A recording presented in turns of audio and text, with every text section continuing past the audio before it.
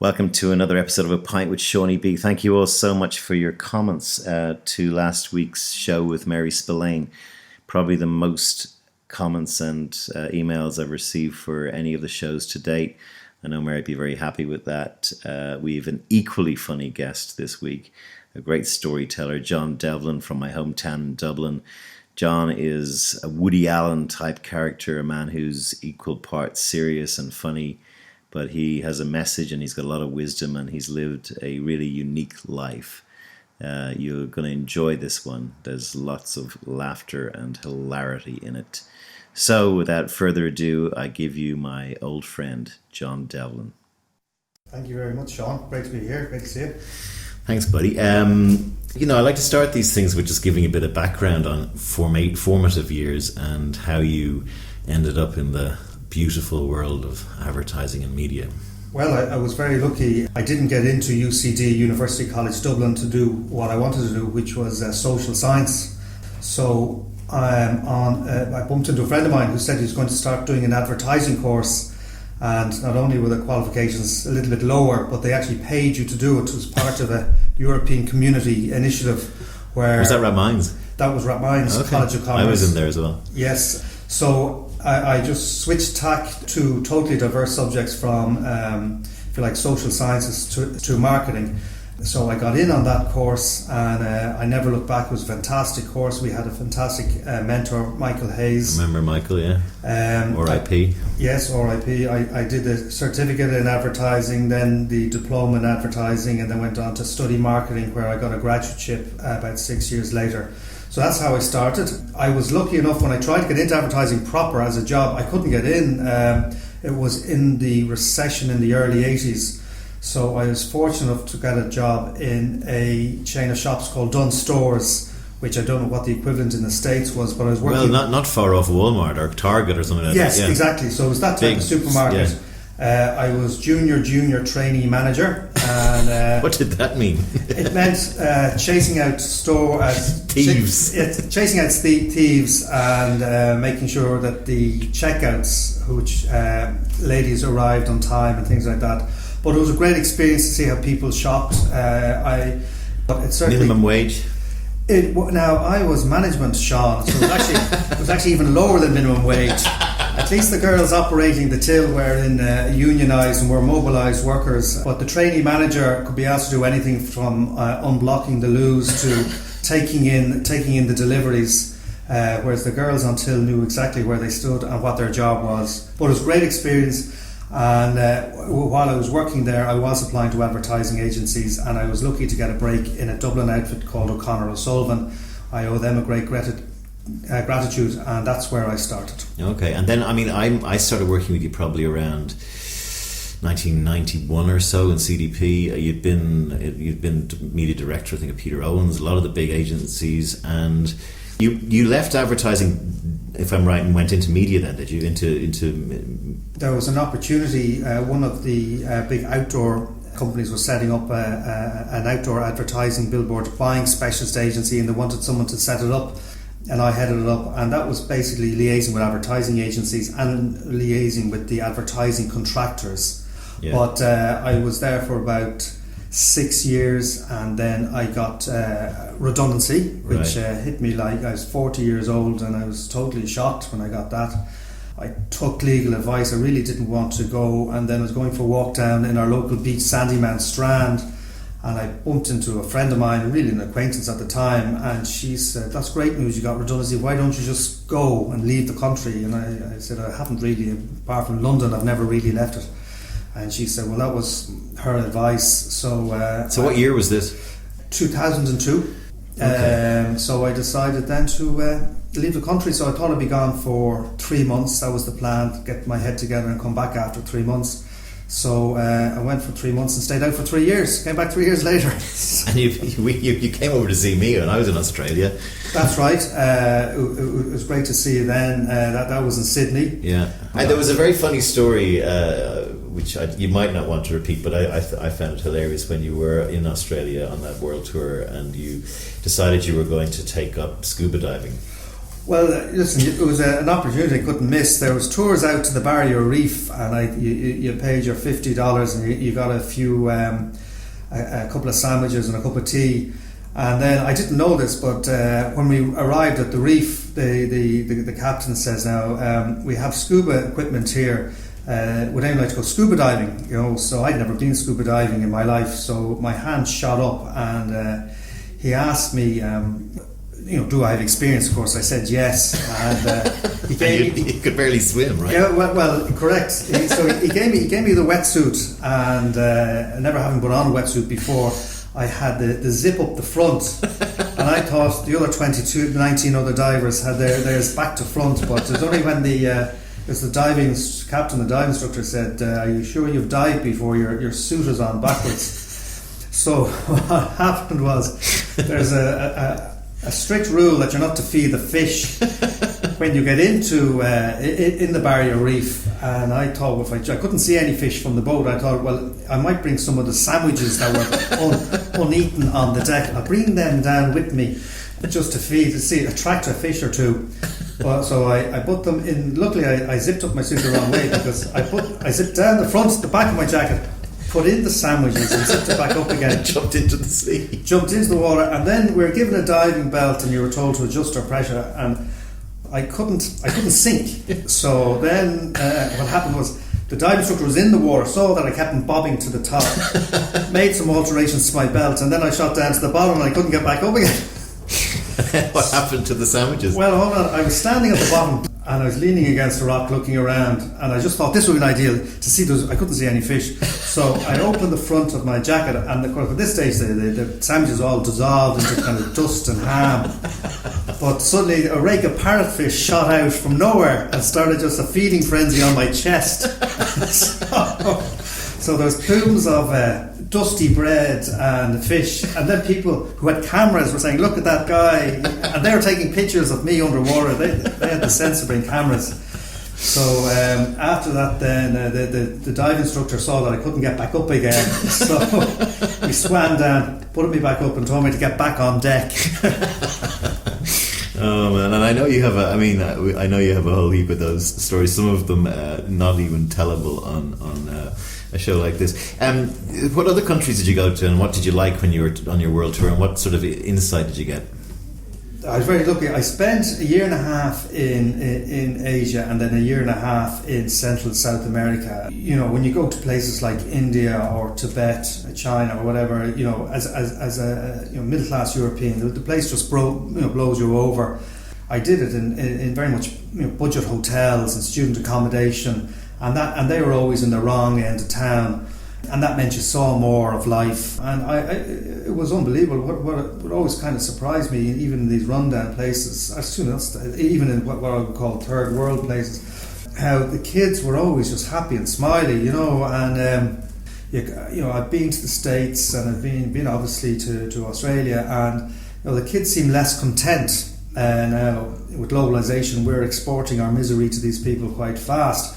But certainly when you're in places like Cuba, and who allegedly have very little, and you see the kids playing cricket or baseball, and you kind of say to yourself, these kids are a lot happier than the ones I would see playing football on the street back at home. Well, one of the things I learned, I spent 8 to 10 years out there as well.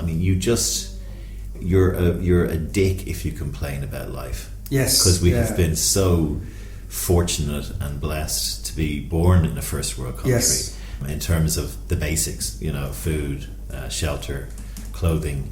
The contrast then is when you go to New York, and everyone's seeing a therapist, and it's all woe is me, and all the time. And as you say, there are people living beside a train track, playing in puddles in India and places, and they've got big smiles on their face. And I don't know what. Even saying that possibly sounds a bit elitist, but from my point of view, I just got this kind of, okay, no more whining about stuff that I probably used to whine about a lot more than I probably do today. When you got back, how was it coming home after 3 years away?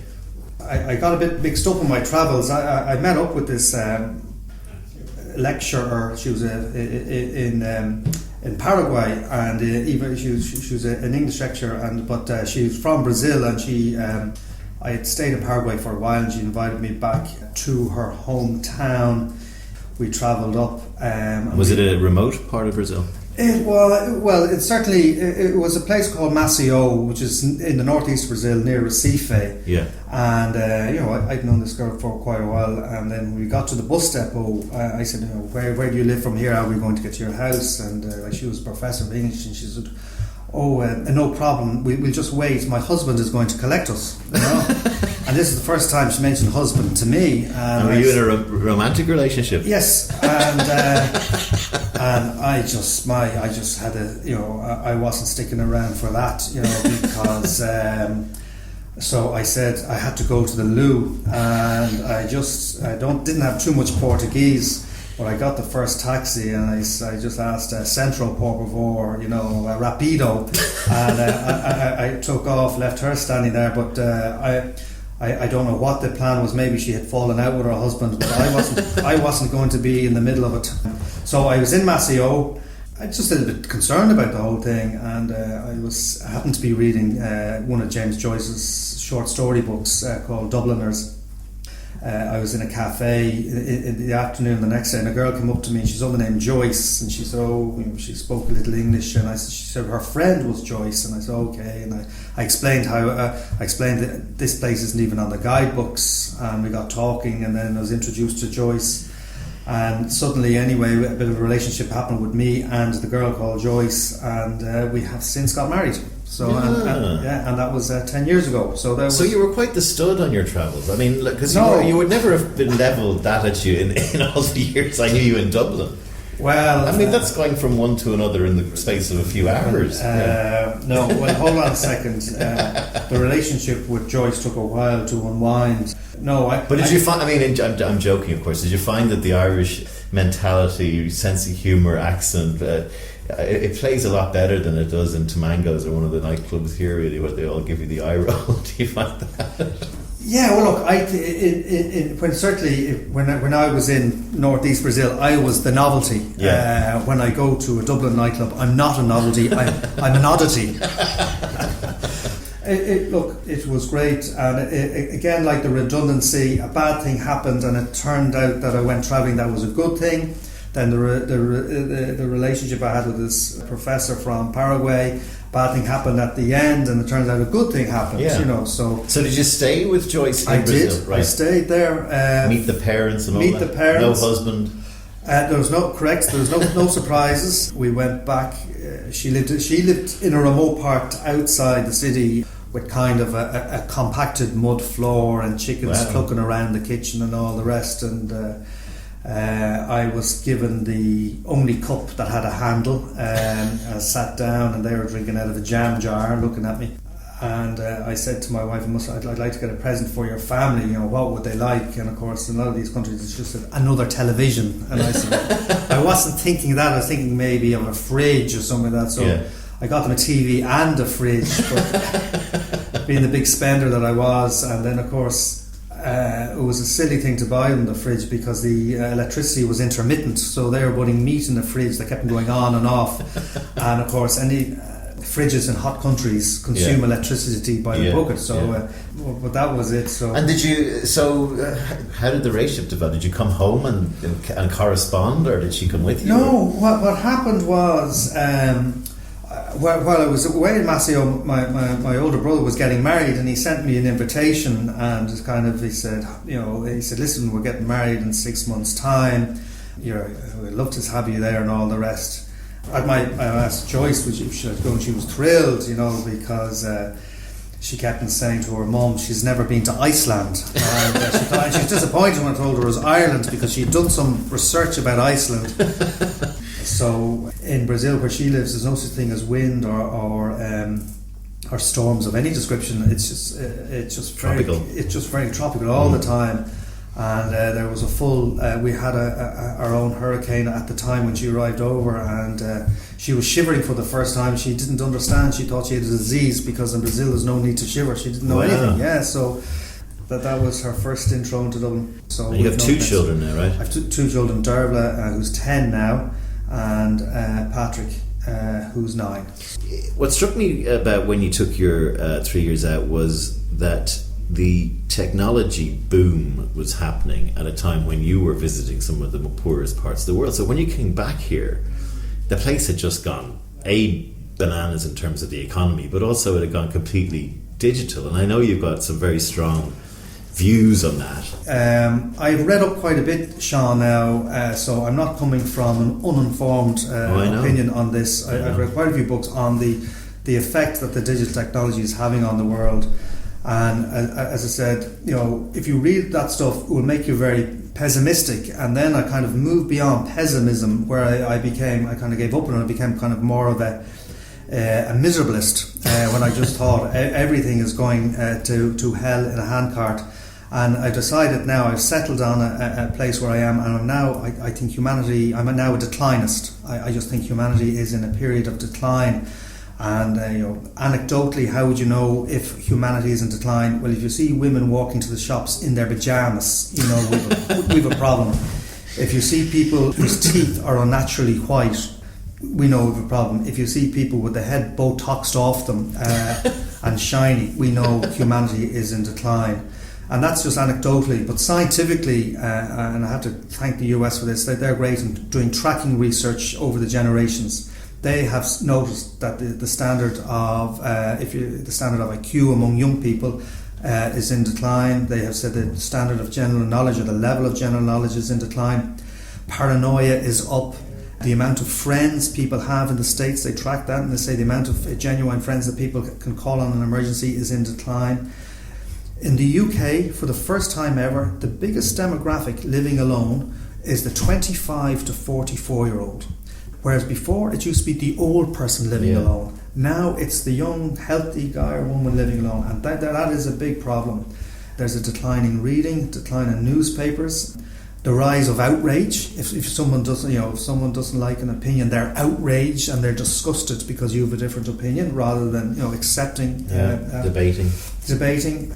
Also, which I think is terrible, the rise of slavery. There's more people, according to the UN, in slavery than there was when in the height of it back in the 1840s. That's why How do you define slavery in that? Well, I think, in fairness, the guys who have slaves, and say, I don't own them, but they do. They're in labour that they can't get out of. Factories in China.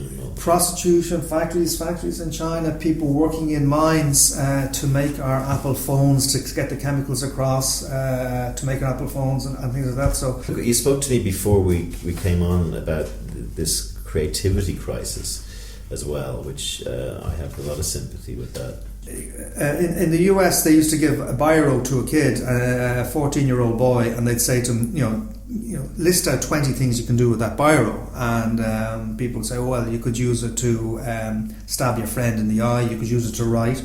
You could use it to, give it a mouse. Use it as a mouse to use it, for exercise or whatever. Whereas now, they're finding that kids just can't make a connection, can't make a mental connection, an abstract connection. And they've noticed it in literature. Charles Dickens wrote about young kids growing up in London, or James Joyce wrote about a Jewish guy wandering around Dublin. Harper Lee about a black guy being wrongly convicted or whatever. But a lot of the writing now for the new generation, they just write about themselves. I was in this situation, and they write about now. They can't make a conceptual leap. They just find it interesting, tricky.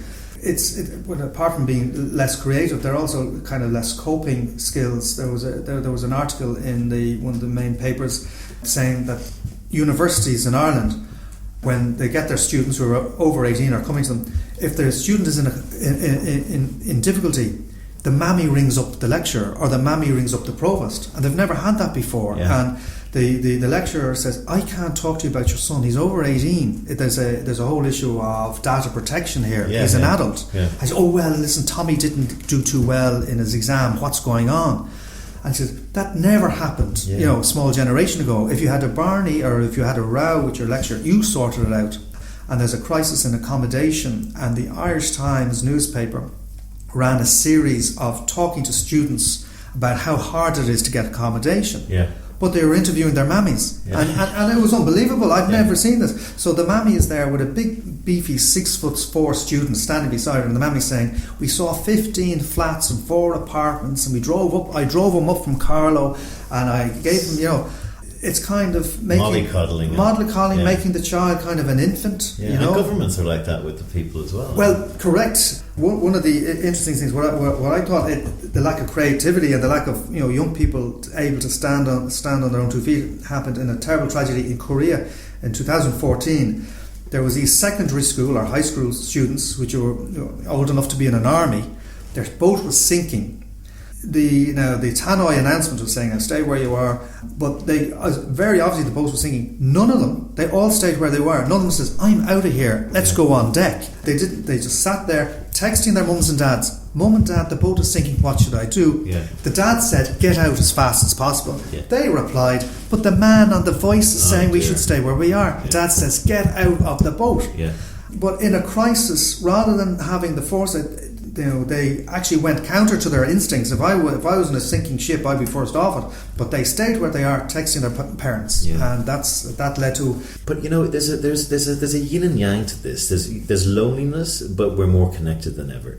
There's lack of creativity, but we have more ways to express creativity. This podcast I could not have done 20 years ago. I'm now working off top of the range machinery that costs less than $1,000. I can edit it myself on a computer. Where is it that we're dropping? Because we have more tools to express creativity. We have more access. When I write, if I want to find out what crop was being planted in Cork in 1631 when the sack of Baltimore happened, that could have taken me weeks to find in the 80s. I can find it within seconds now. So where is the leg of the stool missing?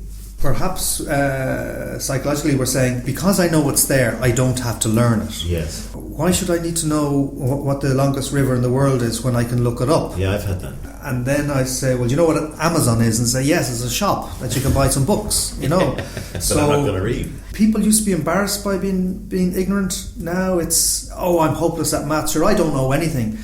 So the clown who doesn't know what the capital of France isn't looked upon as being a moron because no one's embarrassed about it.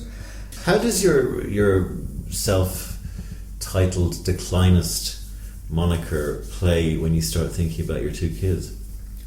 If you looked at the aerial footprint of where an average 12-year-old kid used to go in Dublin or in the States 20 years ago, if you like, their range, their territory, their habitat has shrunk by 97%.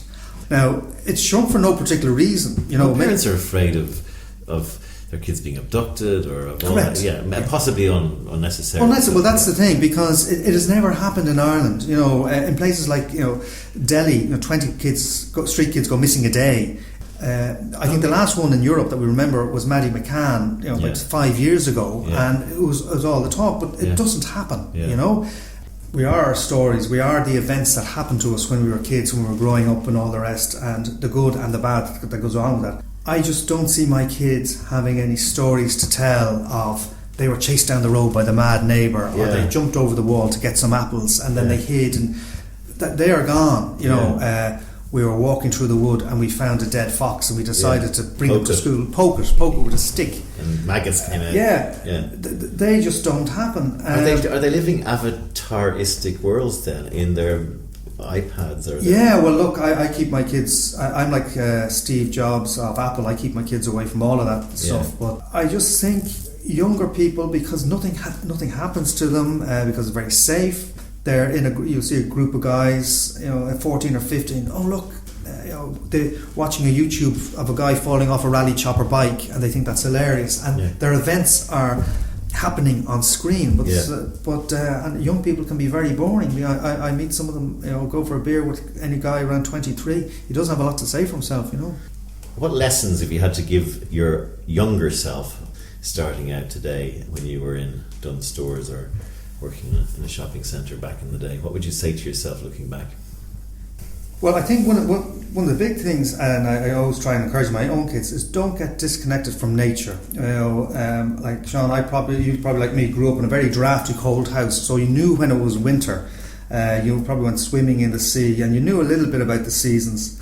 Now, every house been warm, most houses been warm and cosy. I'm talking about, obviously there's huge poverty out there, but in general, there's a huge disconnect with nature. I remember I was on holidays in Wexford and I caught a grasshopper and I was showing it to my kids, because not too many of them are around in Ireland, unfortunately, like a little cricket animal, insect. An older boy looked at it and I showed it to him. He was just passing by and he said, "Oh, where'd you get that lizard?" And I said, "Well, it's not a lizard." I said, "It's a grasshopper." And he said, "Oh, it's disgusting." And he shouted at his mother, "Ma, this guy, I think he said it's a grasshopper." And she said, "Tell him to Evan throw it away, that's disgusting." And there's such a huge disconnect of young people, and especially us, when we come from an agricultural society. And I can see also, that's why a lot of people, immigrants who travel out of Ireland, want to come back and bring their kids up in Ireland if they're from the country, because there's a lot to be said for that. Now, I live in the city, but I just think it's very important, even in a city, that you just don't get disconnected from nature. But it means hard work, because it means me taking the kids to places, for the beach, for the forest walk. Not them while they roll their eyes, but not them going off and doing it themselves. Yeah. I have to poke the fox in the eye with a stick. And they're saying, "Dad, put away the stick. You're mad." Kids today. Kids today. So. Would you say travel? Would you have said to yourself travel earlier? Yeah, traveller. Well, no, because here's the thing. When I was travelling, I was kind of the older sage, Yeah. And there was pockets of students from the UK, which are gap year students, which I think is when you leave school Australia. Before, and they weren't impressed by anything. Yeah. They were giving out about, the internet cafe, Hotmail's too slow down there, or what do you mean in India? What do you mean you don't sell Heineken beer? So they, I was in awe of everything. Go to the Taj Mahal. They took a photograph and they kind of said, "All right, where can you get a donut?" It's wasted on you. My favourite play. We'll probably finish it on this. My favourite. People ask me often what was the best thing I saw in my travels, and actually the Taj Mahal is probably it. And again, it plays to story, because you can go to the temples in Cambodia, and they're from 1,000 years ago, the 800-900s. They don't really know what they're for, but the Taj Mahal has got a story. In 1631, the guy died, his wife was beautiful, and the thing that struck me there was the famous Indian poet Rabindranath Tagore tried to encapsulate the Taj Mahal in a sentence, and he called it an immortal, resplendent teardrop on the cheek of time. Very good. I think that's a good place to finish with an Indian poet and one of Ireland's poets, or if not poet, then a man who still believes in trying to make a difference with his point of view. One of the things that you uncovered for me anyway today, John, was just the fact that we don't even have these debates. Whether people agree with you or not, there's clearly something happening that is going unchecked, and more people, in my view, need to stand up and at least have the argument. So thank you very much for coming, John, and we'll catch you next time. Okay, thank you very much. Thank you.